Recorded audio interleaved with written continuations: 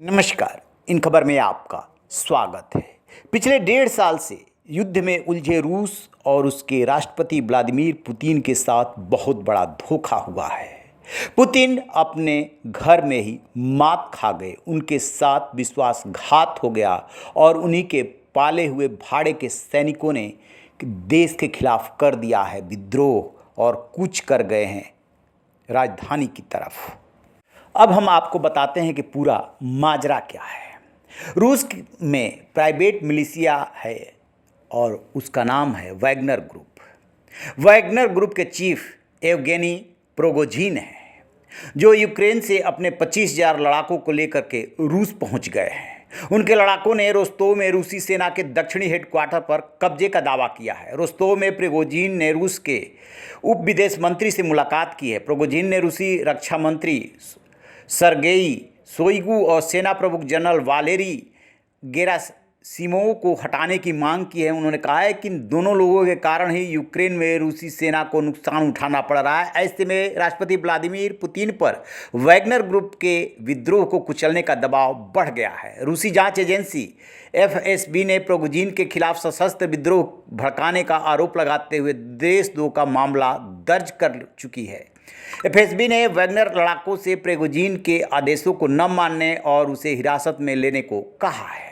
Wagner समूह पिछले साल फरवरी से ही रूसी सेना के साथ मिलकर यूक्रेन में सैन्य अभियान चला रहा था। इसी समूह ने यूक्रेनी शहर बखमुत को जीतने से बड़ी भूमिका निभाई। वैगनर लड़ाकों ने यूक्रेनी सेना को बखमुत से पीछे धकेल दिया था। इतना ही नहीं, दक्षिणी यूक्रेन में भी वैगनर के लड़ाकों ने यूक्रेनी सेना का जबरदस्त मुकाबला किया था। इसका असर ये हुआ कि रूसी सेना ने बहुत आराम से यूक्रेन को पीछे धकेल दिया। अब आखिरकार ये लड़ाई क्यों छिड़ी? सबसे बड़ा सवाल यह है कि वैगनर लड़ाकों के पीछे हटने के बाद यूक्रेनी सेना जल्द ही बखमुत पर दोबारा कब्जा कर सकती है। यहीं पे बुरी तरीके से घिर गए हैं व्लादिमीर पुतिन।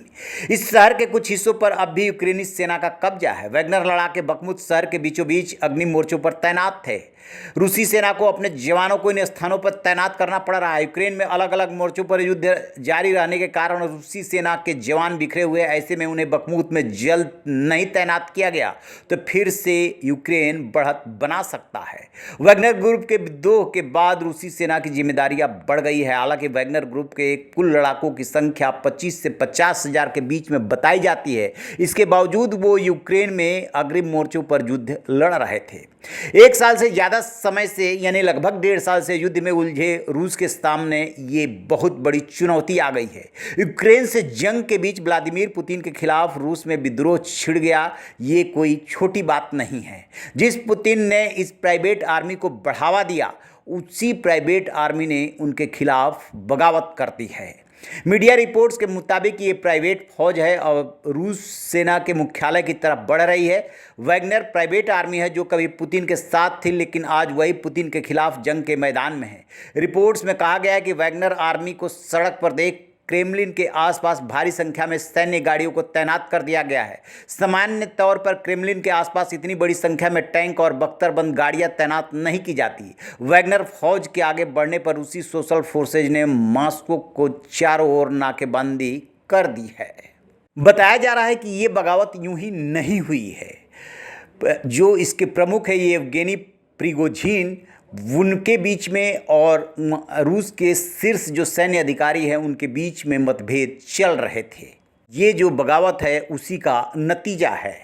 आपको बता दें कि वैगनर ग्रुप रूस की प्राइवेट आर्मी है। इसे यूं भी कह सकते हैं कि इस फौज में भाड़े के सैनिक है। इस ग्रुप का मुखिया येवगेनी प्रिगोजिन है। वैगनर ग्रुप पहली बार 2014 में चर्चे में आया था। वैगनर ग्रुप के लड़ाके बहुत ही क्रूर होते हैं। अभी 50,000 वैगनर लड़ाके हैं, जिसमें 80% अपराधी हैं।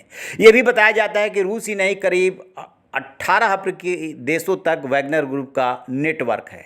फिलहाल वैगनर ग्रुप ने पुतिन की सत्ता को उखाड़ फेंकने की कसम खाई है। मतलब कि पुतिन घर में ही खा गए हैं मात और चारों तरफ से घिर गए हैं। अब दूसरा सवाल ये कि किसी भी संप्रभु देश में प्राइवेट आर्मी क्यों?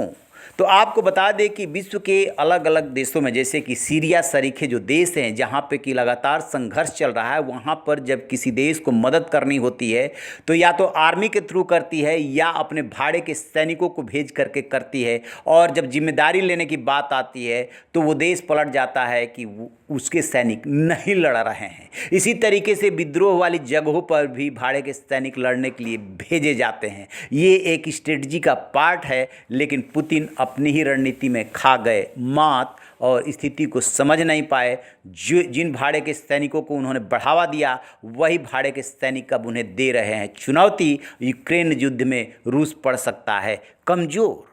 रहिए बेखबर, देखते रहिए इन खबर। Thank you.